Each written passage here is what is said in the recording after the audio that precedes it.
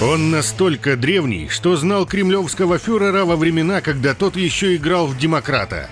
Что это такое? Совсем с ума сошли, что ли? Просто удивительно. Как и его плешивый шеф в своем кресле, а точнее в своем стойле, он уже более 20 лет. Я конь оборотень. Некогда авторитетный и влиятельный дипломат, угробивший свою репутацию, покорно отстирывая грязное белье пуйла. А вот моего мужа ни за что стирать не заставишь. Доцент бы заставил. Показушный традиционалист, семьянин, скрипоносец и просто богобоязненный христианин. Лавров Сергей Викторович, министр иностранных дел Российской Федерации, удостаивается ордена Русской Православной Церкви благоверного князя Александра Невского первой степени. На самом деле, прелюбодей, неумело скрывающий свою любовницу, а скорее даже вторую семью. Командировку в дипломатическое представительство. Так и написано. В командировку в 13 лет. Блудник и развратник, который с удовольствием проводит время на яхтах, в компании влиятельных олигархов и элитных проституток. Срамота. Живое олицетворение русской дипломатичности и высокомерия. Иными словами, хамло и быдло, скрывающиеся за дипломатическими протоколами, официальными костюмами и галстуками. Вот do you want? Дебил. Один из главных подельников бункерного злодея, пропагандирующих войну на международной арене. Так вот, прекращение огня сейчас означало бы только одно, что огромная часть Украины остается под руководством нацистского режима. Верная, проверенная и надежная марионетка гадкого путенка, которая настолько себя дискредитировала, что хозяин в любой момент может вышвырнуть ее на помойку. А быть может, даже в окно. Тогда скажи мне, какой совет ты можешь дать в данной Ситуации.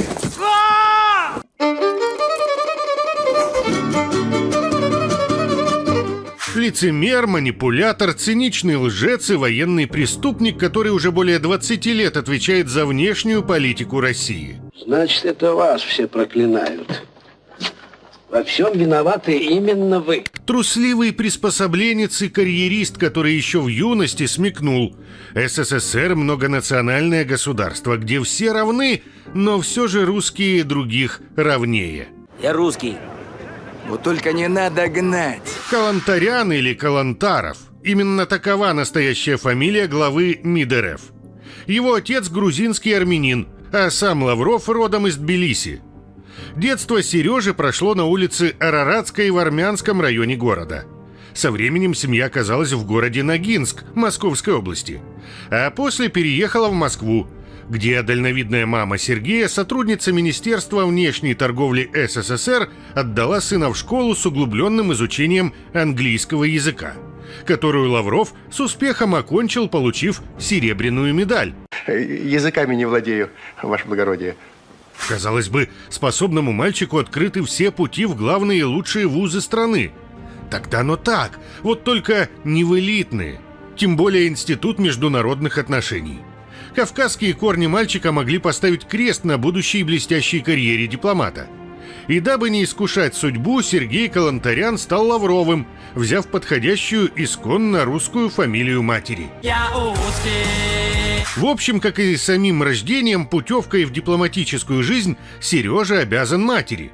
После окончания сыном МГИМО, именно она, используя свои связи в Министерстве внешней торговли, помогла Сергею устроиться в советский МИД. На скамью подсудимых нас будут сажать те, а не эти. И в первую очередь вас, дипломатов. Уже спустя несколько лет Лавров получит свою первую значимую должность в представительстве СССР при ООН. Развал совка почти не скажется на карьере Сергея. Автоматически из советского дипломата он превратится в российского. Хотя, судя по свитеру, в котором спустя почти 35 лет после развала империи зла Лавров прискакал на Аляску, он продолжает ностальгировать по социалистическому концлагерю. Сергей Викторович, а вы первый раз на Аляске? Для известия скажите, пожалуйста. Первый? Бывал, я тут уже. Вам нравится? Ни о какой имперскости, ни о каких попытках возродить имперское мышление, как некоторые на Западе говорят, речи не идет. Именно в США, на вражеской земле, в глубоком тылу врага у русского ура-патриота родится первая дочь, Екатерина, от официальной жены Марии Лавровой. Долгое время изо всех сил Сергей будет корчить из себя истинного, добропорядочного семьянина и на каждом углу твердить о традиционных ценностях. Но сколько веревочки не виться, конец вылезет. Журналисты со временем распознали фальшивку и нашли вторую неофициальную семью Лаврова. Но об этом тлетворном влиянии Запада немного позже. Немного о себе. Раздвоение личности, постоянный бред. Эротомания. После развала Совка в новоявленной России Ельцина Лавров станет постоянным представителем РФ при ООН и Совбезе. В этом статусе Сергей Викторович прослужит более 10 лет, вплоть до 2004-го, когда Путин назначит его министром иностранных дел Федерации. Вас не предупреждали, что я болен всеми нервными и психическими заболеваниями? Наработанные в Нью-Йорке связи и богатый дипломатический опыт сделали свое дело. На международной арене Лавров стал очень уважаемым человеком. Тогда еще немногие сумели разглядеть в бравом Буцефале хромую клячу. Первые звоночки, оголившие истинное хамское нутро дипломата, прозвонили в 2008-м, когда во время разговора с британским министром глава российского МИДа перешел на личности. Издание The Daily Telegraph описывало, как в 2008 году министр в телефонном разговоре с главой МИД Великобритании выражался агрессивным тоном с использованием ненормативной лексики.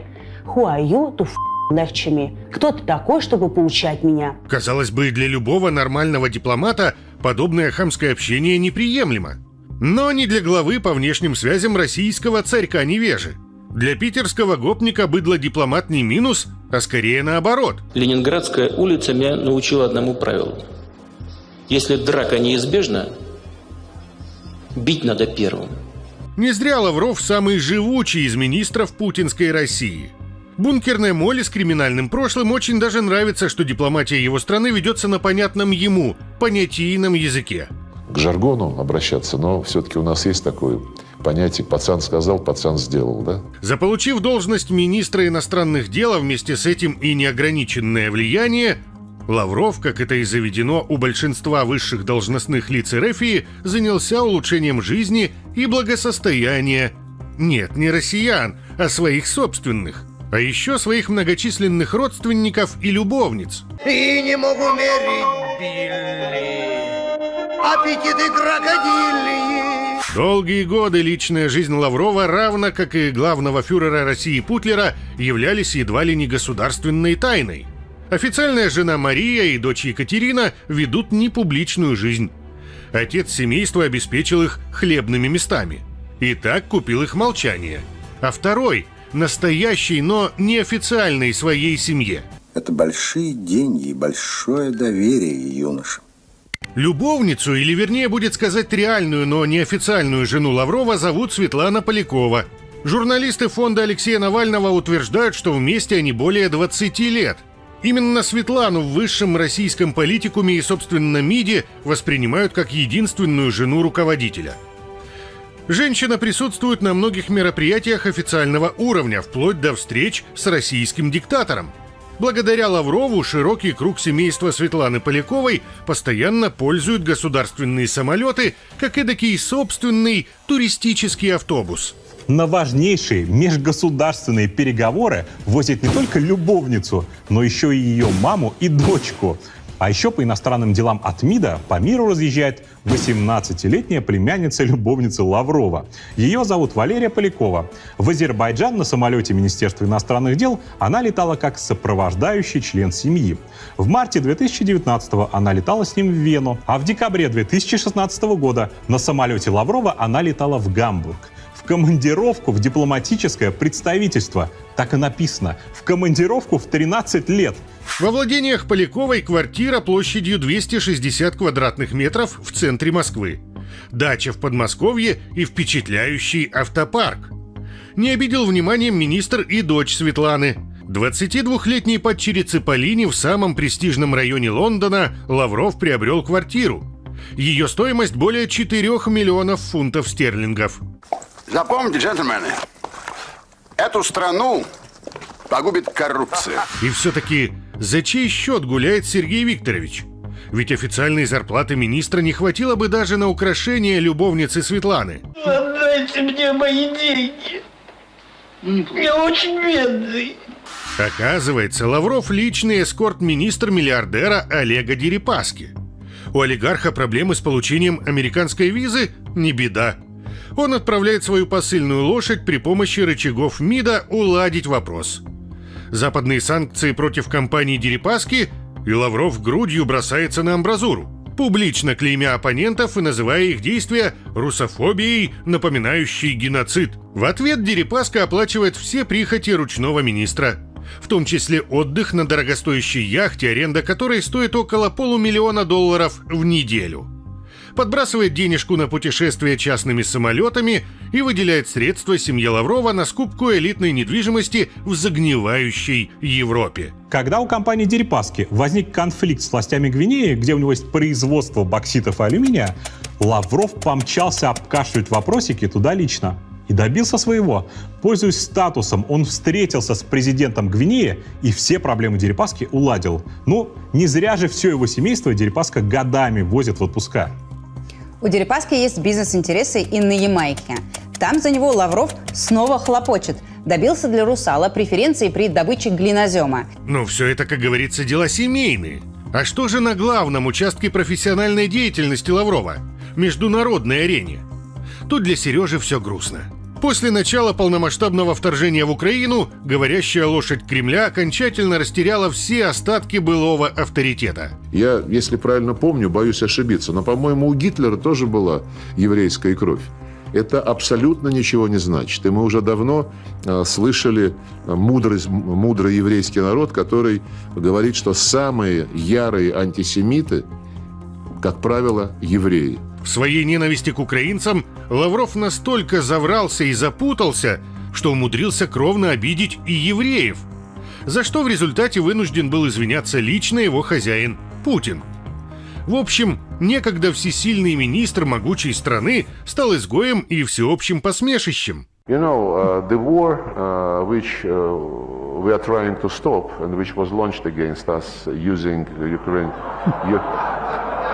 Ukrainian people. В принципе, к своему стремительному падению Лавров приложил руку не меньше, чем бункерный злодей.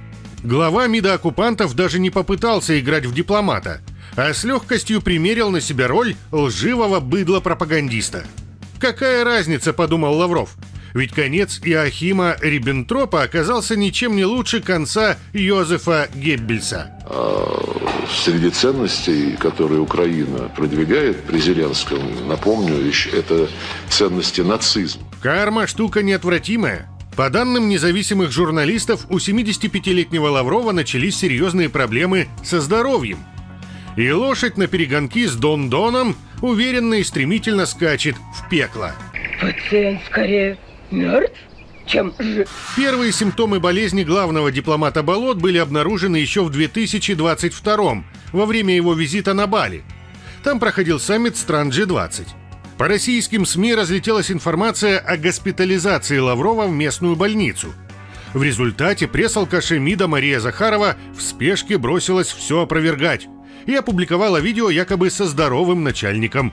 Но демонстрация осунувшегося Сергея Викторовича лишь подогрела подозрения. Ну, и про нашего президента уже лет 10 пишут, что он заболел.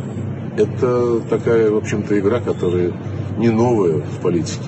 Сейчас же и вовсе по российским телеграм-каналам разлетается информация о возможном забое старой клячи. Путину предложили посадить Лаврова в тюрьму за государственную измену. Глава МИД расстроен и боится, что его убьет ракета. В кремлевской банке пауков у Лаврова достаточно врагов. И, похоже, они почуяли, что старик уже не тот. А в криминальном окружении Пыни точно знают, что надо делать с загнанными лошадьми. Загнанных лошадей пристреливают, не правда ли? Как бы там ни было, дни дряхлеющего старика в кресле министра подходят к концу. Вопрос лишь в том, даст ли Пыня своей верной сивке-бурке выйти на почетную пенсию по состоянию здоровья, или, быть может, по распространенной среди русской элиты традиции, тот, кто слишком много знает, неожиданно выйдет из окна московской многоэтажки. Очередная загадочная смерть. В Москве погиб вице-президент Транснефти Андрей Бадалов. Как пишут близкие к силовикам телеграм-каналы, он выпал с балкона 17-го этажа дома на Рублевском шоссе. Хочу напомнить, что это видео создано для развлекательных целей и содержит элементы сатиры и иронии. Все факты и события поданы в гиперболизированной или преувеличенной форме, чтобы передать комический или драматический эффект. Мы не преследуем цель вводить в заблуждение, а лишь делаем акцент на юмор. Пожалуйста, воспринимайте это с улыбкой.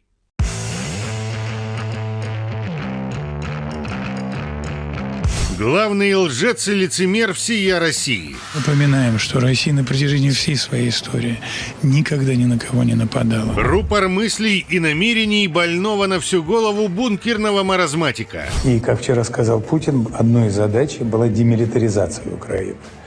Фактически эта задача во многом выполнена. Говорящий рот Путина, которому не верит даже сам Путин. Он Песков сидит напротив, мой пресс-секретарь. Он несет иногда такую пургу. Я сам смотрю по телевизору, думаю, чего он там рассказывает, кто ему это поручил.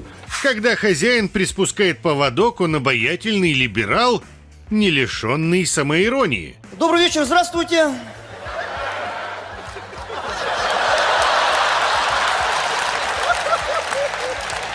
Показалось. Но стоит кремлевскому ветру подуть в другом направлении, усатый флюгер сразу же превращается в отъявленного адепта диктатуры и ура-патриота. Танки США ездят по территории Российской Федерации. Они не просто ездят, они ездят до какого-то момента, а потом они горят. Потому что мы их уничтожаем. И мы будем их уничтожать дальше. Человек, сделавший на вранье карьеру и превративший обман и лицемерие в визитную карточку Кремля. Как зовут украинского генерала? По-моему, Заложный. Заложный. Ему надо отдыхать. От переработки. Впрочем, умение лгать, приспосабливаться и лицемерить – не единственные козыри Пескова. Свою тропу к уху и сердцу Путина усатая марионетка бункерного проложила через постель. А вернее, будет сказать, несколько постелей влиятельных и статусных женщин. Что касается истории с часами, я же не мог не надеть на свадьбу подарок жены. Вряд ли как-то подарки жены мужу или мужа жене могут иметь отношение к антикоррупционной деятельности. Особо. Ни единому слову которой нельзя верить. Говорит ли она о войне, политике, экономике или семье? Персона, покорно принявшая роль придворного шута и с удовольствием выполняющий роль марионетки Путина.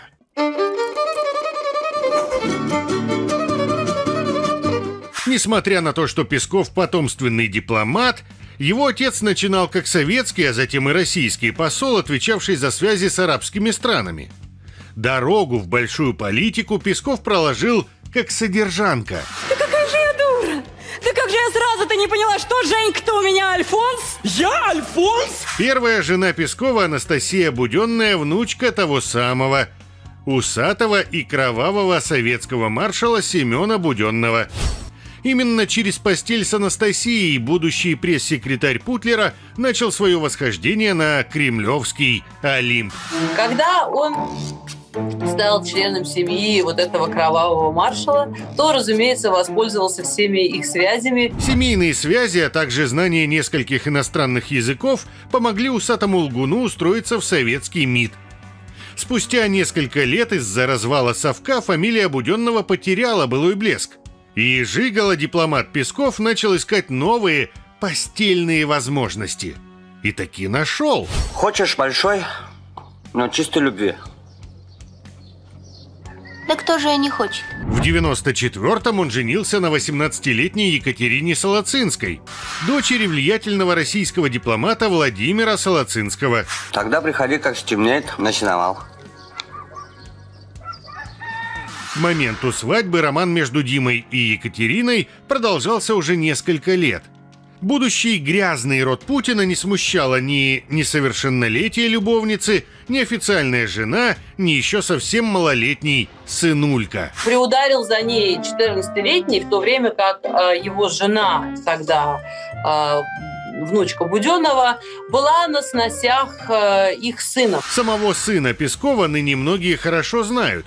Ему на генетическом уровне передалось отцовское умение врать и лицемерить. Для начала нужно попробовать с простой лжи.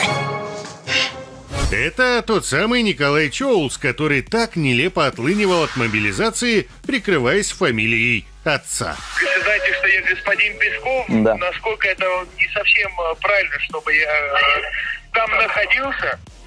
Короче, я буду это решать я буду это решать на другом уровне. Став всеобщим посмешищем, Коля якобы отправился на войну, где анонимно и, видимо, из-за излишней скромности отслужил под крылышком Пригожина, того, что глава ЧВК «Вагнер». Впервые об этом скажу.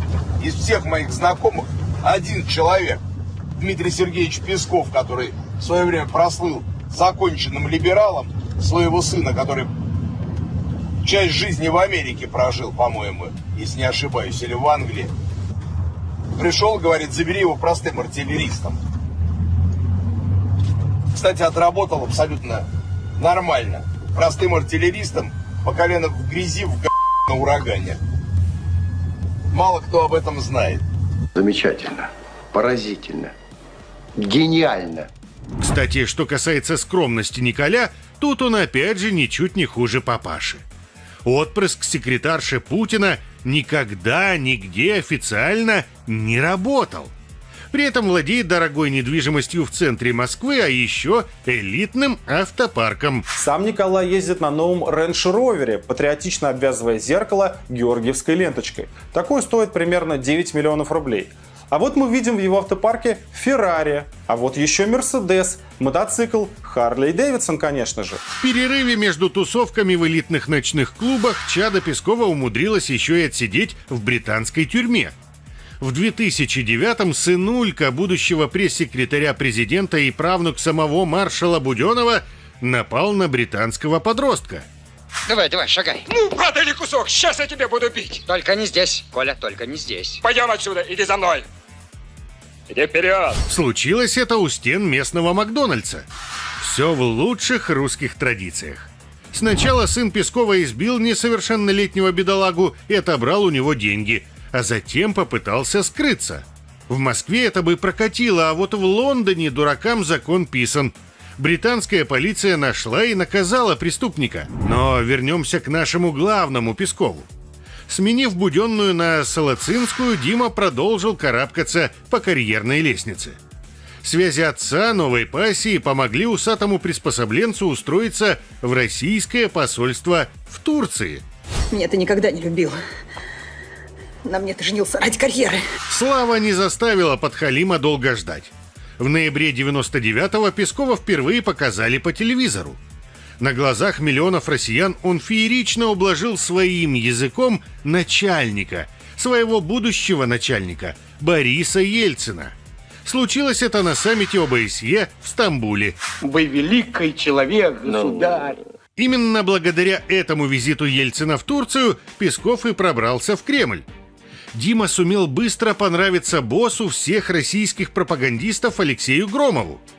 Услужливый, беспринципный и заискивающий халуй – настоящая находка для Кремля. Недолгое услужение Ельцину и далее Димку по наследству передали Путину. Я укажу. Я сделал все, что мог. Поднимаясь по карьерной лестнице, Дима утратил интерес к своей теперь уже не такой статусной второй жене. И Песков начал все чаще ей изменять.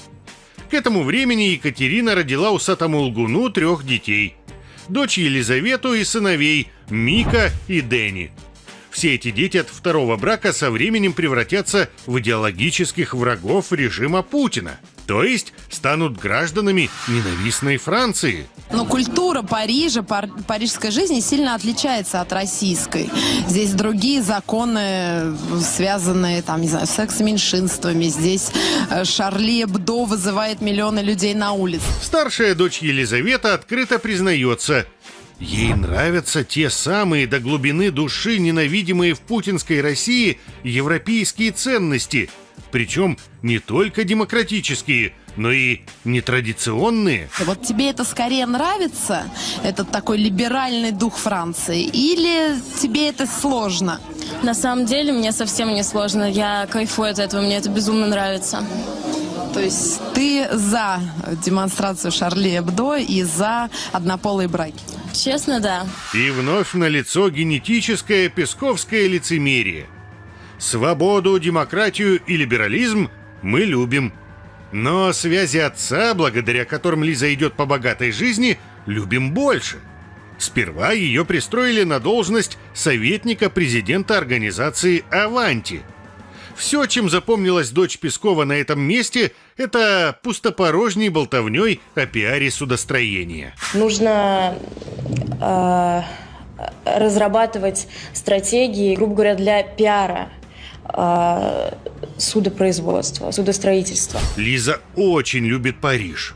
Но еще больше она любит роскошь и большие деньги папаши, благодаря которым и обустроила свою жизнь во Франции. Квартира, собственно, располагается в одном из самых дорогих районов Парижа. Ее площадь 180 квадратных метров. Там есть прихожая, гостиная, 4 спальни, 3 санузла, прачечная, ну и балкон. Куплена она в сентябре 2016 года, оформлена на французское юрлицо «Сириус», 75% которого принадлежит Екатерине Солоцинской, Песковой, а 25% ее дочери Лизе Песковой. И все же не спешите вешать на дочь Пескова ярлык мажорки и представительницы золотой молодежи.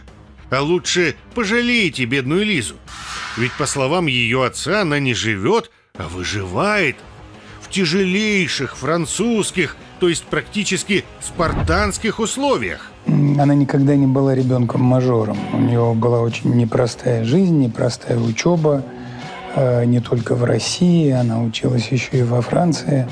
И она всегда жила там очень бедно. Миллионы евро, которые Песков выложил на содержание детей и супруги Екатерины Солоцинской, стали таким откупом за измены и развал очередной семьи. Никогда не занимающийся бизнесом госчиновник в огромных количествах скупил элитную недвижимость и роскошные автомобили. Запомните, джентльмены, эту страну погубит коррупция. В 2010-м будущий род Кремля закручивает новый роман. На этот раз с фигуристкой-чемпионкой Татьяной Навкой. Семейные ценности не слышали. На тот момент в браке состоял не только Дмитрий, но и Татьяна. Всего я вам рассказать не могу, но скажу так, что у нас действительно были семьи ранее. У нас есть дети от предыдущих семей. Все эти русские скрепы и традиционные ценности – это для холопов. Царям и боярам эти сказки неинтересны. Со своей бывшей супругой Екатериной Песков официально разведется лишь спустя 2 года. Кстати, в этом же 2012-м лжец и подхалим наконец достигнет своего Олимпа – кресла пресс-секретаря российского диктатора. То, что мне подфартило в жизни, это, конечно, то, что я оказался пресс-секретарем Путина. Еще как подфартило. Место оказалось очень хлебным. Судите сами. Спустя всего несколько лет на свадьбе говорящей марионетки Путина журналисты заметили у него на руке эксклюзивные часы швейцарского бренда «Ришар Миль» стоимостью около $620 тысяч. Государство меня нанимает, и мне платят зарплату, и я работаю. Даже не задумываясь, усатый лгун поведал, что это якобы подарок от новой, уже 3-й жены. Откуда у фигуристки Навки такие деньги, на такие подробности челядь не заслужила. Бог им судья, но я знаю, что я абсолютно честна перед собой перед своей, можно сказать, родиной и вообще. Также россияне не заслужили узнать, откуда у пресс-секретаря Бабкина медовый месяц, проведенный на самой большой парусной яхте в мире. Народ хочет разобраться, что к чему. Это естественно. Законно. Кстати, информация для других российских госчиновников. Неделя аренды на такой яхте обойдется вам около 25 миллионов рублей. Вот и мы, как Лиза Пескова, внесли свою лепту в пиар и развитие судостроительства. В деньгах вся сила, брат. Деньги правят миром, и тот сильнее, у кого их больше. Ну да ладно. Давайте сделаем вид, что поверили в огромные барыши фигуристки. Но в чем же именно секрет ее успеха? Он прост и прозаичен. Навка, как и ее муж Подхалим, умеет глубоко прогнуться под начальство. Разве можно отказать в выделении государственного гранта чемпионке-агитатору? Путин – человек слова. Если он сказал, он сделал. Ради денег, статуса и любви Путина Навка отказалась от своей родины, семьи и друзей. Уроженка города Днепр, которая снискала свою первую славу на спортивном поприще именно в Украине. Татьяна более 15 лет прожила в США. Но все это померкло в алчных глазах спортсменки перед огромными кремлевскими барышами. И сейчас некогда прославленная фигуристка превратилась в женскую версию путиниста-скомороха-шамана. Очень горжусь, что я русская. Остальных административка, поздравляю! Здравствуй, Россия! Страна Гагарина, Пушкина и меня! Если верить официальной декларации семьи Песковых, то получится, что Дима просто альфонс на содержании супруги. Татьяна зарабатывает в десятки раз больше своего госуслужливого мужа. А кому это тут не стыдно, а? Это Жене не стыдно, что он 8 лет живет за чужой счет. Помимо коллекции часов стоимостью в несколько элитных московских квартир, Песков имеет скромненький особняк ценой всего лишь около 1 миллиарда рублей. Само собой, дом оформлен на жену. Ведь Димка так-то аскет, весь в своего хозяина. Ездит на Мальдивы отдыхать, да я тебя во всем обеспечиваю. Не всем! Пемзу для пяток в ванну я сам покупал. Да. Песков услужливый, беспринципный, хитрый и лживый подхалим-приспособленец. Но у него редкий дар. Ему это даже нравится. А именно таких бункерная моль и ценит больше всего. Ведь Путин и сам такой. И благодаря именно этим качествам пролез на российский трон. Когда президент критикует, жить сразу не хочется? Это в какой форме? Жить сразу не хочется. Очень жестко. Бывает жестко, да. И все же не стоит недооценивать Пескова. Он не просто гламурный подонок, изрыгающий мысли Путина. Он полноценный соучастник преступлений своего хозяина. Ведь как никто другой приложил руку к полюбившемуся россиянам образу брутала, мачо и рубахи парня. Красивый ты мой. Ну, какой хорошенький, а? Вот так. Красавик. Готово? Счастливо? За что? Злые языки говорят, что именно Песков стоит за этими нелепыми видосиками бункерного царька.